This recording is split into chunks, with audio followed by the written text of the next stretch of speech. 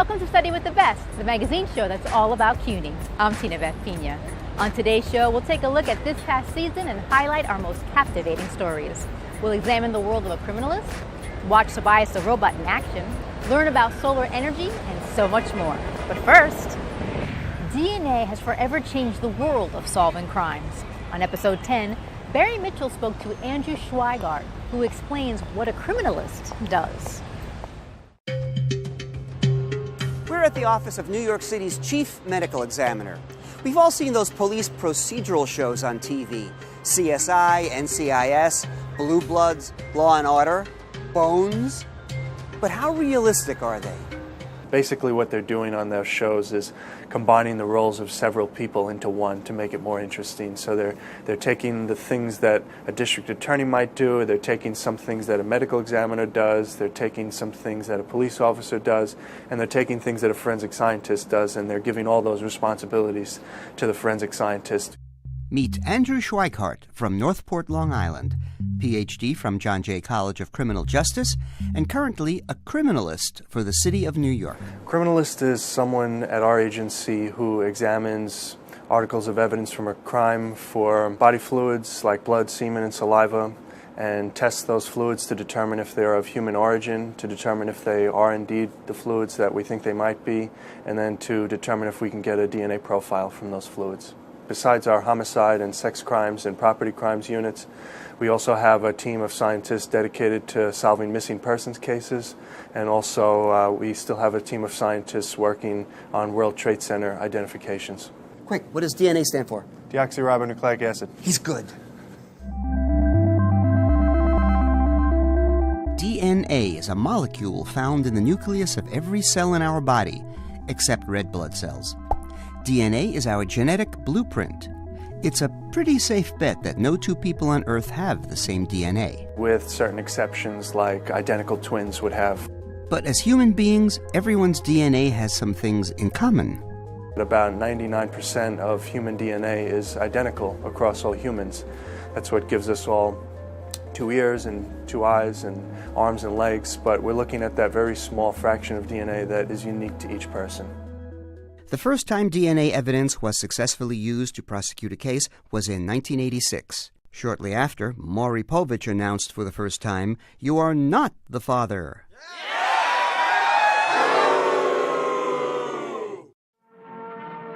Before the introduction of DNA typing, law enforcement had to rely on other kinds of physical evidence. All identification is by eye, for no machine has yet been devised to classify fingerprints, every one of which is different. DNA is superior to other methods of identification because it gives us very powerful statistics. When we determine a match in our laboratory, typically the match statistics are somewhere in the neighborhood of 1 in several trillion. The samples that we work with can be very tiny, and we can still get useful data from it. So in this tube is a very small volume of liquid, 2 microliters. We can work with stains that originate from amount of liquid this small and still successfully get DNA profiles. Sometimes DNA evidence is not visible to the naked eye. So Dr. Schweigart showed me a special room that requires protective glasses. I don't see any stains. I don't see anything. It's a hat. It's a cap. This is an ultraviolet light source or an alternate light source that we use to examine evidence for stains that we couldn't see with our own eyes. And now, look at all this. Sweat. That's right. We wouldn't be getting the DNA from the sweat itself. Basically, if I was to make a cutting of this, we'd be getting the DNA from skin cells that were rubbed off with the sweat. I've always been interested in science and law enforcement. I also didn't see myself as a police officer walking a beat and carrying a firearm and having to chase people and make arrests. And forensic science just seemed like a natural compromise. John Jay was everything to my career. I was in contact with some of the most talented people in my field. I was working in state-of-the-art facilities and learning there. So CUNY opened so many doors to me, and without it, I don't think I'd be working at the medical examiner's office. That just gave me such a great foundation to build off of. What I like about my job is that we're always helping people, and what I especially like about it is that we're not necessarily playing for one side or the other. We like to think of ourselves as advocates for the truth. If you look in our lobby, we have a big sign that says science serving justice. It's not science serving the police, it's not science serving the prosecutor. We're just totally neutral, looking for the right answer, the truth. Barry Mitchell, Study with the Best.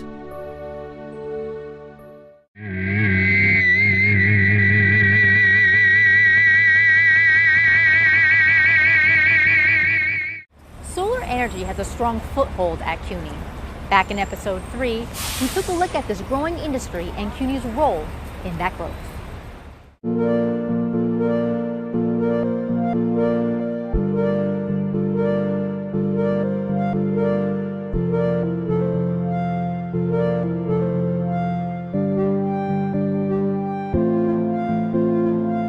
In about 2006, when we mapped the city initially, there was a megawatt of solar in the city. Today, there's over 35 megawatts. And when you think about 35 megawatts, that may not sound like a lot, but that's over 2,000 rooftops in New York City.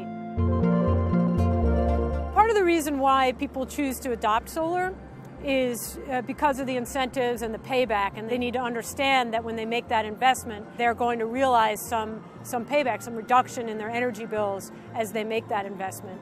And the state and the city and the federal government all have incentives that work together to bring down the price of solar.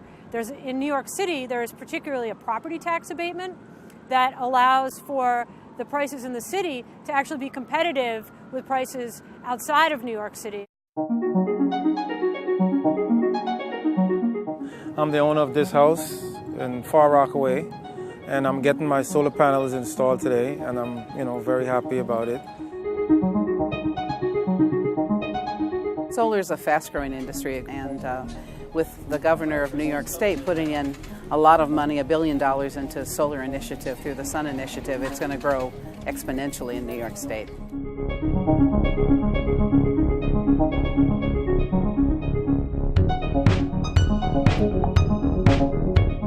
We work exclusively with low-income homeowners, working with families that have incomes up to 80% of the area median income. It seems such an obvious thing to bring solar to people who have been left out of solar. Low-income communities across the board are not able to access. They don't have enough tax liability to get the federal tax credit of 30%, so they really can't take advantage of it. They don't have the upfront cost that they have to put in, upwards of $10,000, $12,000. I was affected by Sandy. We had about 4 foot of water in the house, and it's nice to know that these fine people can come out and and install it for us for free. It's pretty awesome. I'm overwhelmed. Solar helps not only reduce the cost of the homeowner, which it absolutely does dramatically, but it also helps the planet. The offset of greenhouse gas emissions is very large with solar. We've done about 5,000 installations nationwide with our program, and that's an offset of about 340 million tons of greenhouse gas emissions. And in communities that are environmentally challenged, that becomes very, very important in terms of offsetting and getting the air cleaner in these communities where there are health challenges because of the environmental challenges. And the third reason to do it is that it creates jobs. And these are not jobs that can be outsourced to other countries. I mean, they're homegrown jobs that will remain for a very long time. For instance, on this installation, one of the workers is Cristo Ruiz, who came to us through Green City Force, a nonprofit that works with residents of the New York City housing projects. We chose her out of a cohort of 12 people who we trained for a week and had them out on an installation on the roof. She had such aptitude and passion for solar that we said, okay, you're going to be one of our 2 interns that come for 8 weeks to work with us. At the end of that 8 weeks, she was so good that we've hired her as a Solar Corps member. So she is our roof leader, and she's a phenomenal, and she's so excited, and she's going to go far in the solar industry. I get to really show myself and learn and grow here, so I feel like, this is going to be my future. Bronx Community College has a solar program, and we have joined a proposal that was approved through NYSERDA to do 10 installations with the students of their solar projects.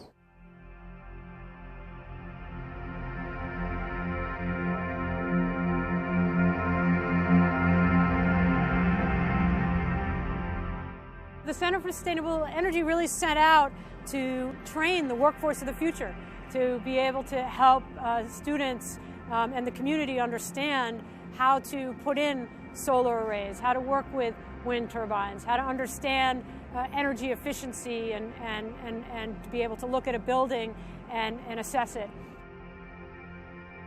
This system actually was put here in part due to efforts of a group of Hunter students. The students really felt that it was important to have a system up here. They wanted to see it happen. They got together and they were able to raise the money and work with CUNY in order to make this happen.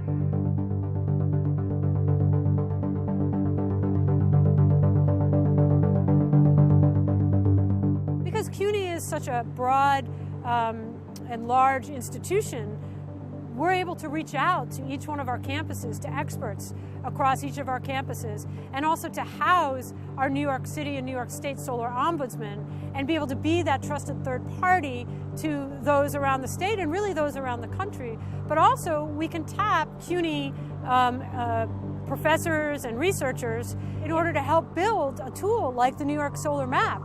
Now you can plug in your address, any address of the 1 million buildings in the city, and it will take you to that rooftop. It will tell you what the solar potential is on that rooftop.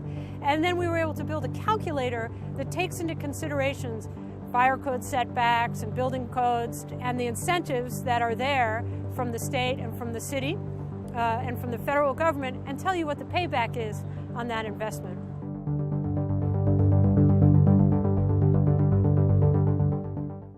City Tech is on the cutting edge of technological innovation. On our second episode, Study with the Best met with Tobias, a robot that exactly mimics human movement. I'm Ari Goldberg. We're here at City Tech, which has been thrust into the international limelight because of mechatronics. Isn't that right, Tobias? Mechatronics stands for mechanical and electronics, which is a term invented by a Japanese engineer 40 years ago. With a grant from the National Science Foundation, Professor Andy Zhang and his colleagues were able to develop the mechatronics department here at City Tech, an emerging field combining computer engineering, mechanical engineering, and electronic engineering, or in a word, robotics.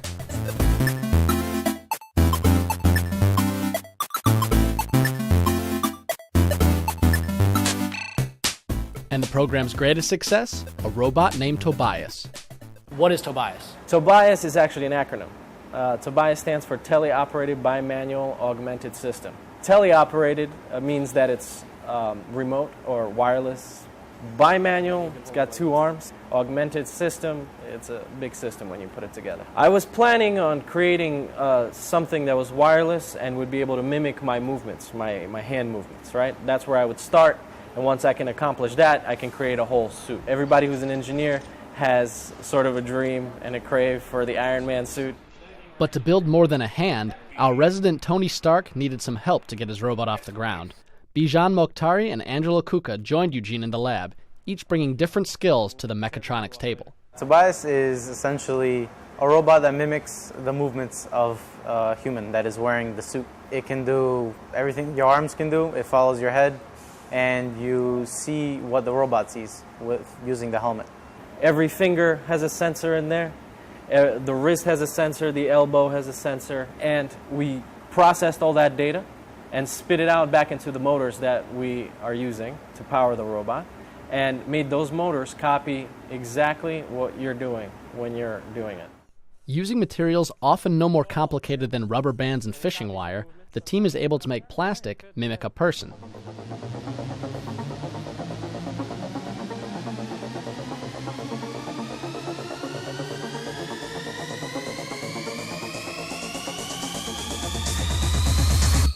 You can control the wrist motion here, left and right. This is all 3D printed. And if you pull on the fingers, you can tell that it's a similar design using still rubber bands, which is by far one of the best technologies ever created. The goal was to make Tobias as universally accessible as possible so that anyone could make one. And with 3D printing technology becoming more commonplace, that's not an unrealistic future. Half of the robot is actually 3D printed. Without 3D printers, this project would not be possible. The cool thing about 3D printing is you make a plastic part, you make it fast, you don't have to wait for it, right? And then if it breaks, you just remake it again, no problem. You can glue it, cut it, and it's just plastic. Here we trust Tobias enough to hold a knife here we illustrate how Tobias can actually do the opposite and pour the water into a cup for us. So he can be your servant. Even more impressive are the accolades Tobias has won. Every year, tech company Digilent Incorporated hosts an international technology design competition. Tobias won the American contest and headed out to Shanghai to represent CityTech and the USA in the finals. When we went to the presentation room and people had to vote on it, we won by a landslide. We were just like, oh, let's hope at least we place somewhere. But we were completely surprised, I think, all of us. This is the greatest success we have for the college as well, because since we have this grant, there's a huge amount of students want to participate, want to get involved with this kind of activity. The future for Tobias, I imagine it to be not made purely of plastic anymore, and I imagine it to be a long-range wireless system capable of handling tasks that you in your human body just aren't capable of. So in the future, theoretically, you could be in the suit in America and this could be moving in another country. Oh yeah, definitely. It's a little scary thought, but yeah. The implications of this technology are far-reaching. Imagine a doctor performing surgery remotely, or a technician able to address a situation in a nuclear reactor from afar, or even unmanned spaceflight. It's not science fiction. The technology is available at CityTech and now online and open source for all the world to contribute. You can have other people take it and suggest ideas on how to make it better. And before you know it, you have something that you would have never been able to accomplish by yourself. But now you have all these people helping it. From CityTech Mechatronics, I'm Ari Goldberg. This is Tobias for Study with the Best.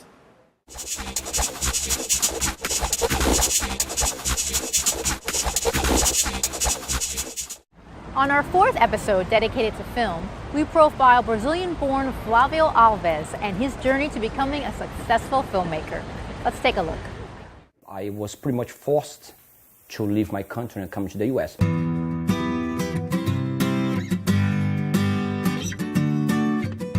I wrote a book in 1997 about gays in the military.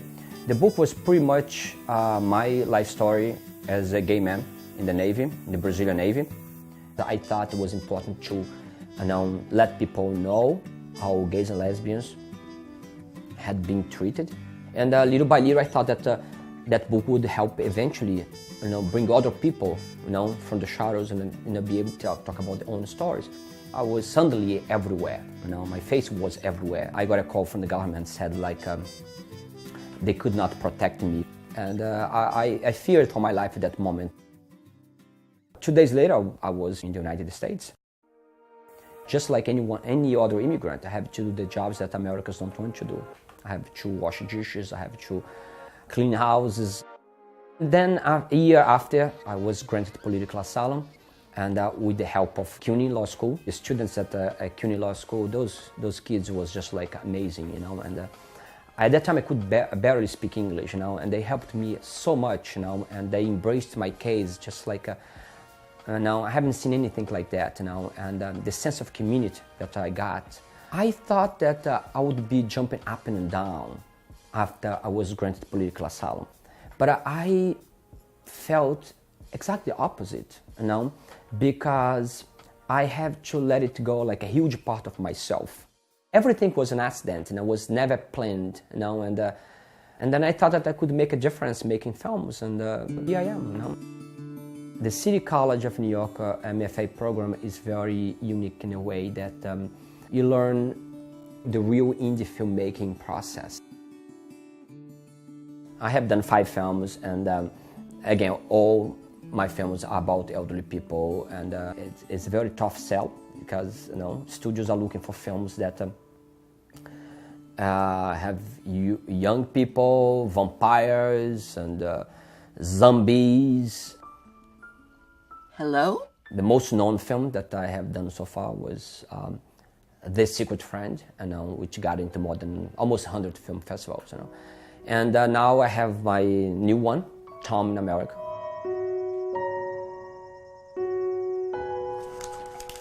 Hi, honey.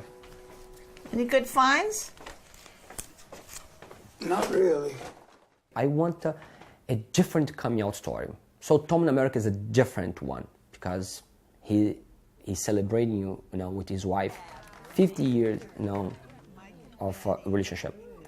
All of a sudden, that secret that he held in his entire life comes out. Whoa, whoa. What happens now? I don't know. So the film is more about love and compromise than anything else. I didn't want to make a gay story. It's not a gay story. It just happened that the main character just happened to be gay. But it's about their relationship, their love. I tend to address things that, as a person, I fear the most. And getting old is one of them. I think by making films about elderly people, I think I would help the society in general to learn more about what they have to go through, and being an elderly person is not easy, and unfortunately they're invisible, they are underrepresented, When I saw my grandmother losing her independence, losing her power, I think that was the most important, the most powerful, childhood memory of my life. We have 114 people working with us in this short film, and I let them bring stuff to the table, and if it's good, let's use it. I just happen to be the guy who's gonna say action and cut, but I just feel that we are all directing this big thing. My film is gonna be playing in Brazil. They are trying to get me there, but I just don't know if I'm up to the task, There are a lot of wounds that has to heal before I go back to my country, And I'm so happy here, just became a citizen. Actually, I don't feel now that I don't belong to any side, because for Brazilians, in general, they think that I crossed the line because I embrace other culture and values. And for Americans, because I have an accent, I'm not an American enough. Can you understand me? Can you guys understand? No? Yeah, I don't know. This past season, we looked at the Prison to College pipeline at John Jay College of Criminal Justice. The program helps people leaving prison make the transition to freedom. I have been enrolled in John Jay for the last 3.5 years. I was locked up for 10 years. When you're first incarcerated, you still have that wild side. You still have the reason why you were there. You still have that inside you. But it takes a toll. Your body, your mind, your soul, it takes a toll. Like every day, there's something stripped away from you. And you want that back. And you're supposed to be rehabilitating yourself. If the incarceration doesn't do it for you, if the jail doesn't do it for you, you have to do it for yourself. We designed the program so that it would begin in prison, but it would ultimately end on a CUNY campus, where so much opportunity is available to our students beyond what we would be able to literally transport to the facility. We have faculty from John Jay College and our partner institution, Hostos Community College, that travel up to the facility, give the classes, and the students earn credits that they're able to use towards their degree when they come home. In the beginning of the play, the first thing you say is, "So foul and fair a day I have not seen." Right away, we have ambiguity between good and evil, between dark and light. Feel free to say anything you want in here. This is not about me. I couldn't understand Macbeth either.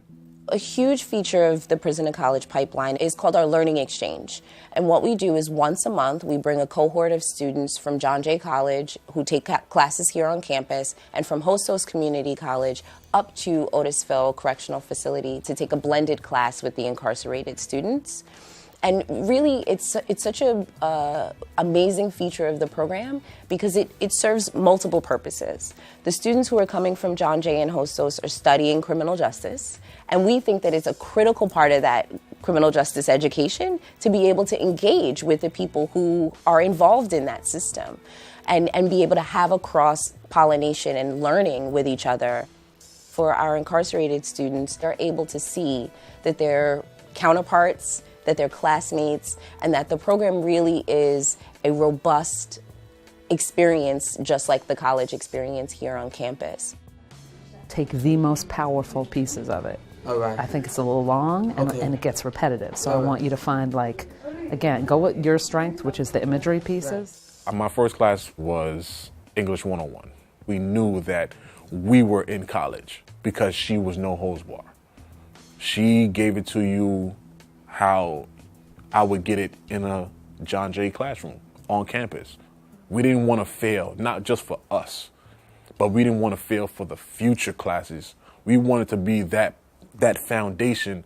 So when people said, you know, he was incarcerated for such and such years, but he has a bachelor's in this. He went on to get a master's in this. He went on to get a doctor in this. There's many individuals that I've met throughout the years that have doctorates that's been incarcerated. And that blows my mind. Our aim in the Prison to College pipeline is to obviously bring higher education to folks who would not have the opportunity otherwise, but also to impact what we do in our prisons and our jails. And the best way to make kind of change in life and to have transformative change occur is through education. And there really isn't a better way to do that. While you're incarcerated, any document that you put on or you sign, you have to put your name, you put your DIN number. And I would say after about maybe a month and a half, it was just the name. And that's when we knew we weren't incarcerated when we were in that class for 3 hours. We were students. We were CUNY students. We were John Jay students. And that was probably the most important part of our renaissance or our new life. People, when they leave prison, face a number of challenges and roadblocks and barriers. Some of them are set up by our legal system, right? And some of them are a function of how long a person has been away, you know, what kind of challenges they faced before they left. To rattle off a few, reuniting with family, right? And having to renegotiate relationships that have been severed by that individual's incarceration. We hear students who come home and say, wow, everything's moving so fast. And having to move from an environment where things didn't move so quickly. And very unfortunately, our students are having to navigate all of that with this huge stigma and cloak of being someone who was formerly incarcerated. I want to give a round of applause to cohort number 4, my students who got their grades yesterday, who are officially completing their first semester in college. So I am proud. It's intentional that we send people away and isolate them from their communities. And what we're really achieving as a part of this project is bringing people back in touch with their communities and building new communities. I want to go on to journalism, sports journalism. And I'm a big sports fan. I watch all major sports. And I want to get into that field because it's something that I know very well. And I know that it's something that I can aspire to, and my incarceration wouldn't stop me from moving ahead in that field. This program opens the door for you, helps you open the door, and walks you through the path that you want on to a better person. It makes you a better person. It makes you want to be a better person. Thanks for watching the best of Season 14. For more information on what you just saw, log on to our website at cuny.tv or check out our Study with the Best Facebook page. Thanks for watching. See you next season.